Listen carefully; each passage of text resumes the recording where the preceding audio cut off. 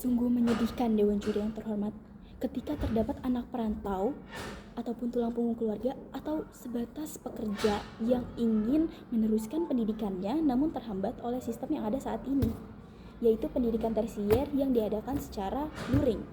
Padahal ada sesuatu yang bisa kita lakukan, yaitu mengubah permanen seluruh format pendidikan tersier menjadi ke format daring.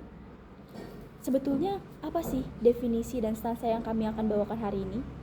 Yang pertama, definisi. Yang kami maksud dengan pendidikan tersier itu adalah mengubah semua sistem pendidikan yang ada di tersier, yaitu dari kegiatan belajar mengajarnya, juga pengumpulan tugasnya, pokoknya semuanya ke dalam sistem daring.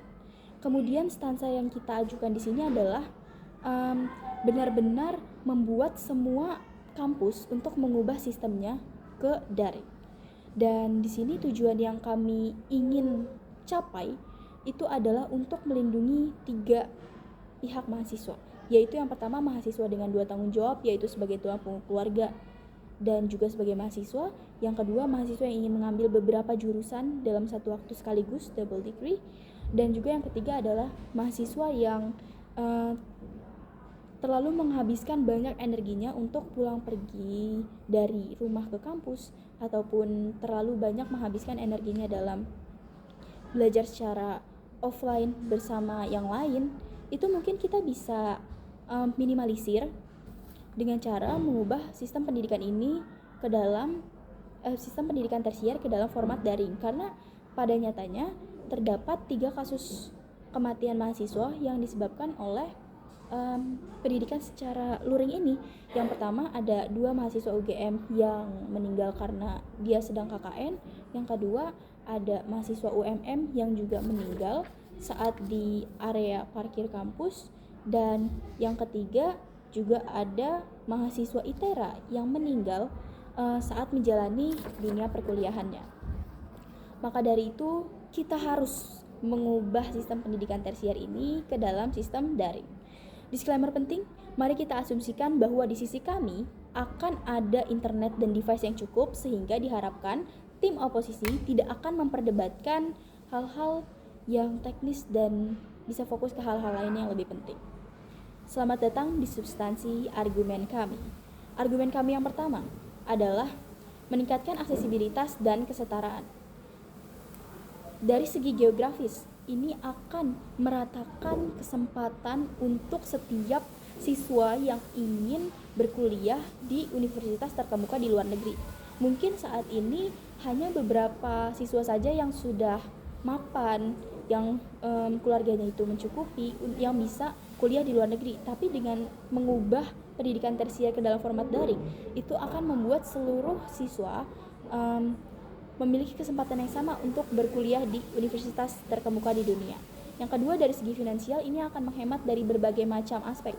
Dari segi mahasiswa, mereka tidak perlu mengeluarkan uang untuk berangkat ke kampus, membeli makanan untuk saat di kampus karena mereka bisa mendapatkan makanan dari keluarganya, dan masih banyak lagi. Dan dari segi kampusnya juga akan hemat. Dari segi listriknya, dia tidak perlu menyalakan listrik di ruangan-ruangan yang biasanya digunakan untuk mengajar dan lain-lain sebagainya. Kemudian yang ketiga, dari segi fleksibilitas, mahasiswa bisa belajar sambil mendapatkan atau mencari penghasilan.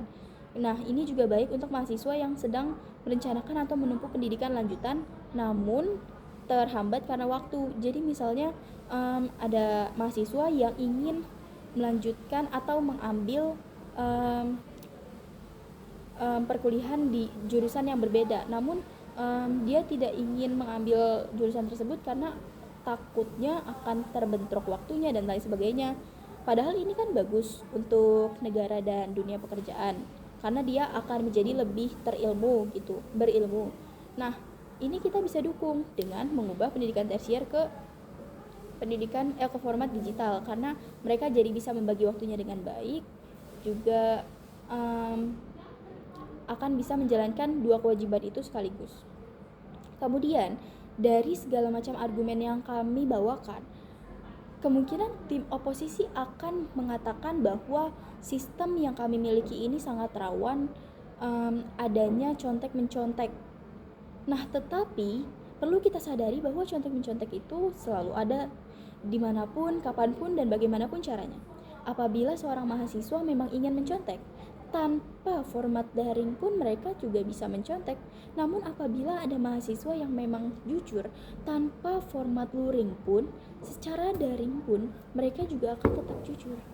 Dan juga apabila mereka berhasil dalam kegiatan menconteknya dan mendapatkan nilai yang tinggi karena hasil mencontek, itu juga akan merugikan dia kalau misalnya dia tidak betul-betul paham. Karena yang kita inginkan dari pendidikan itu adalah membuat siswa, siswi, dan mahasiswa-mahasiswi itu paham akan materi yang diajarkan kan. Nah, kalau misalnya mereka nilainya tinggi tapi tidak paham, itu yang rugi mereka sendiri. Jadi justru pendidikan tersier yang diubah ke format digital ini bagus karena dengan adanya di format digital ini itu akan meningkatkan keinginan mahasiswa untuk bekerja sambil kuliah. Jadi mereka bisa langsung mempraktikkan apa teori-teori yang diajarkan di dunia perkuliahannya langsung ke tempat kerja tanpa menunggu mereka itu lulus kuliah. Ini merupakan hal yang baik karena apabila mereka ingin bekerja namun nilainya itu adalah hasil dari contek-mencontek, dia tidak akan bisa mempraktikkan teori yang didapatkannya dengan baik. Seperti itu. Kemudian di poin ketiga, yaitu efisiensi dan inovasi. Yang pertama, materi belajar bisa bersifat berkelanjutan dan semua materi bisa direcord sehingga bisa didengarkan dan dipahami kembali di lain waktu. Bayangkan, karena kita kan sebagai mahasiswa itu tentunya di beberapa waktu tidak bisa mendengarkan dosen dengan baik ataupun mendengarkan namun tidak terlalu memahami, dan di sini kita bisa mendengarkan kembali rekaman tersebut dalam bentuk rekaman Zoom, sehingga dapat disimpulkan bahwa pendidikan tersier yang diubah ke format digital ini sangat baik dari untuk mahasiswa dan untuk kampusnya itu sendiri. Bangga berdiri menjadi tim pemerintah.